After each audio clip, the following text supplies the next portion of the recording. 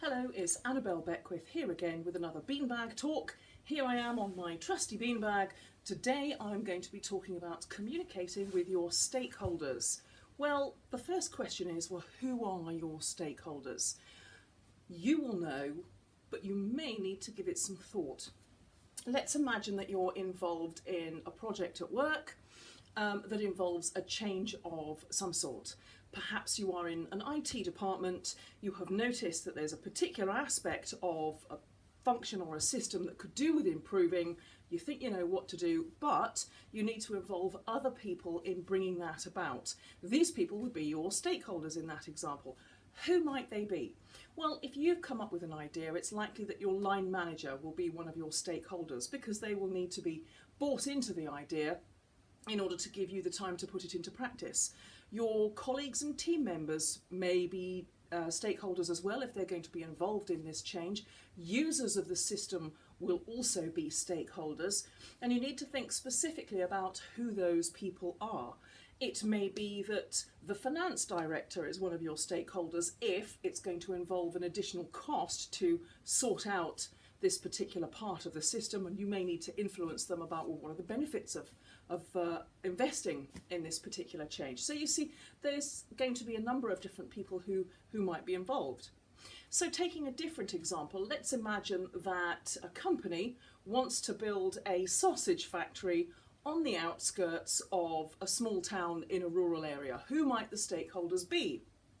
Well, it could be that the local authority in that particular place, the council, who are going to give permission or otherwise, will be a key stakeholder. Local residents would be stakeholders as well. Farmers whose land might be adjacent to that factory, they might be stakeholders. There might also be other regulatory bodies to do with building or to do with sausage manufacturing or health and safety, where is the waste products going to go. There's going to be a number of different stakeholders, so it's really important that you list them. And it's really important actually that you are very, very thorough in that listing. Quite often in training programs, I come across stories from people who will say, well, I made a note of all my stakeholders, but I forgot that one, and they turned out to be the biggest single influence, and they blew my project sky high. We spoke to everybody, but we didn't talk to the local residents. We just assumed that they would be glad of the employment from our sausage factory, and in fact that wasn't the case, or whatever it happens to be. Don't neglect any of your stakeholders. You are better off having a list that is exhaustive and too long, and then thinking, actually, no, we can put those to one side, rather than missing off somebody who might turn out to be important. Now, once you have your list of stakeholders, you're going to want to communicate with them as you are going through your particular project, the change to the IT system, the building of the sausage factory, or whatever it happens to be. But don't waste your energy, because not all stakeholders are the same. Now, I found this incredibly useful when I first came across it. At the time, I was working in a music and drama academy, and I was the head of marketing. So as you can imagine, in any given project, my stakeholders were many and varied. There were going to be my line manager, who was the principal, the director of finance, because usually marketing involves spending money in order to bring money back in. There would be heads of different departments within music, of opera, of orchestral studies, whatever. The same within the School of Drama. There were a variety of different stakeholders who had very different priorities and very different levels of interest in what I was actually doing. There's the thing. I tried initially to communicate with everybody in the same way, and there was my mistake. So with this, what it enables you to do is think about your stakeholders as individuals and consider, what is their power in relation to your particular project, and what is their level of interest? So here at the bottom end of the matrix here, again, trainers love matrices, but it's just a useful way of visualizing some of these things. Here we've got somebody who's of low interest, they're not particularly interested, they don't have particular power to influence your project. So why are you bothering to communicate with them particularly effectively or particularly efficiently? They're not interested. They don't have the power to influence your project. So these people actually require a minimal effort. So if I use my Music and Drama Academy, if I was working in a project with the School of Music, the School of Drama would fall into this category here. They're not particularly interested unless it directly affects their department. They don't have the power to be able to disrupt that particular project. So minimum effort. If somebody was interested, we might inform them, but otherwise it didn't really matter too much.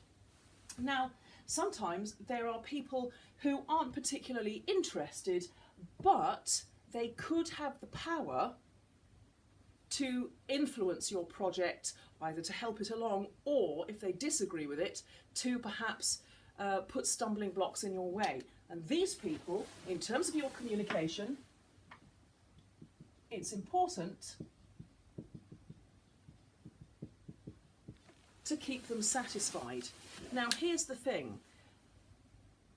Work to what their priorities are. Keep them satisfied. Don't give them the information that you think they need. Give them the information that they need.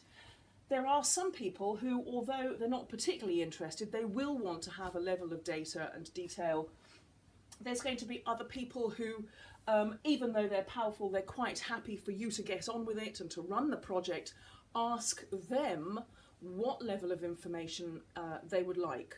One of the things you do not want to happen is assume that they are in this box and that they aren't necessarily going to pull the plug on your project, but in fact they are. They have the potential to be able to do that. Another thing is, don't be fooled into thinking that power only relates to hierarchy in an organisation. Yes, if somebody is the director, the site director of the sausage factory, whatever it happens to be, if somebody has a senior position, they might almost de facto be in this box here. But there may be other individuals at other levels in the organisation, or indeed outside it, who may have a lot of power. So, for example, with our sausage factory example, the local member of parliament, who, in fact, I didn't mention earlier, might be extremely powerful in putting pressure on one way or another to allow the factory to go ahead, or whatever it happens to be. So be careful. Power does not equate to hierarchy in the organisation. Who really holds the power is the question to be asking yourself there. And how do you keep them satisfied? Again, as a further point, in some projects it's not just going to be internal stakeholders that you're talking about within your company, within your team. It's going to be external stakeholders as well. So then we move on. Let's look around over there. We've got people who are very interested in your project and they have the power to influence it. Now, these people you will have to manage and work with quite closely. So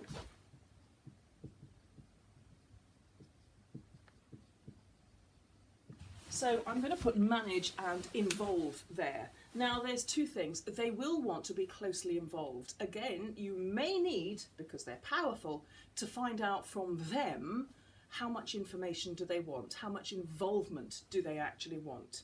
You will possibly need to manage them because there might be a danger that these people here will take over the project completely and take it in a direction where perhaps wasn't your initial intention.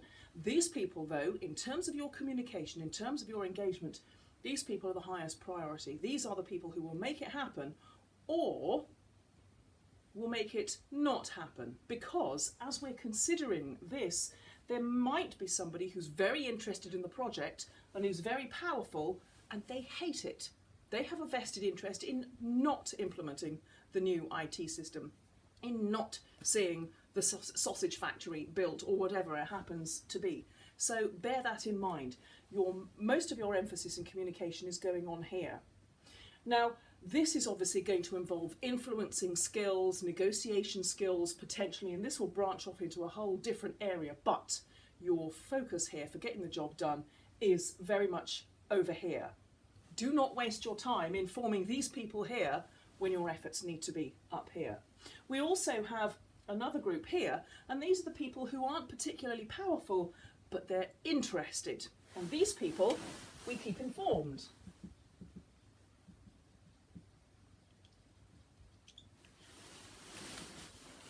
So here's the thing, you might find that somebody here, because they are very interested, they would like to have more power and influence than you actually want them to have.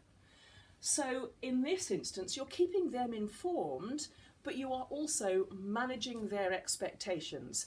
They can voice their opinions, of course, but you must make sure that these people don't overstep the mark and try and claim too much power in that particular situation. Sometimes if people do have a strong interest, they might tend to do that. So manage expectations here and you're communicating with these people. So there it is. It's just a little snapshot on communicating with stakeholders. They are not all the same. So just in principle, list your stakeholders, make it as an exhaustive a list as you possibly can. Do not miss anybody out. And then map them to these. Who are the people who have the most power and the most interest, whether that's a positive or a negative interest, in your project? Focus your energies there. Who are the ones that you just need to keep satisfied? They want to be kept informed because they have the power to be able to push it forward or otherwise, but they're not particularly interested. Who do you really not need to bother with too much because they don't have the power and interest? And who do you need to keep informed and to manage their expectations? A couple of other things.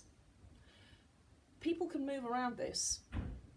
The person over here who wasn't particularly interested might find as the project develops that actually they are very interested, so you need to communicate with them more. The person down here who actually wasn't that bothered at all, maybe they switch jobs, their priorities, their KPIs change, and somehow they move around. So make sure that when you are mapping your stakeholders and deciding how to communicate with them, you don't just do it at the start of the project and forget about it. You review this from time to time to see who's who, where are they, and therefore how will you communicate with them. So something to help you there. Communicate with your stakeholders efficiently and effectively, focusing your efforts where they're most needed.